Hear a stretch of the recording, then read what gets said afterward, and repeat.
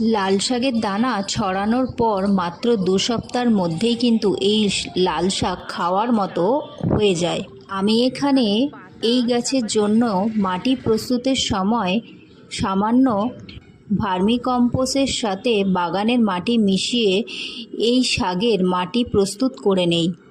শাকের চারা বার হওয়ার 10 দিন বাদে আমি বাগানের নর্মাল মাটি এই গাছের গোড়ায় ছড়িয়ে দেই, কারণ চারাগুলো বড় হয়ে যাওয়ার দরুন জল দিলেই মাটির সাথে লেগে যাচ্ছিল, তাই গোড়াটা মজবুত করার জন্যে আমি একটু মাটি ছড়িয়ে দেই এবং তারও 2 দিন বাদে সাফ স্প্রে করি।